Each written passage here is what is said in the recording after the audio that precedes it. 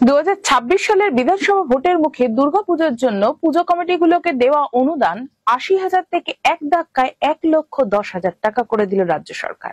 বৃহস্পতিবার নেতাজি ইন্ডোর স্টেডিয়ামে এক সমন্বয় বৈঠকে এই ঘোষণা করেন মুখ্যমন্ত্রী মমতা ব্যানার্জি। রাজ্যের 45,000 পুজো কমিটি ও ক্লাবকে এই অনুদান দেওয়া হবে, যার জন্য কোষাগার থেকে 495 কোটি টাকা খরচ হবে, যা গত বছরের তুলনায় 200 কোটি টাকা বেশি। কলকাতায় অন্তত 3,000 ক্লাব এই অনুদানের আওতায় পড়বে। 2018 সালে অনুদান ছিল 10,000 টাকা, এখন তা বেড়ে 7 বছরে 11 গুণ হয়েছে।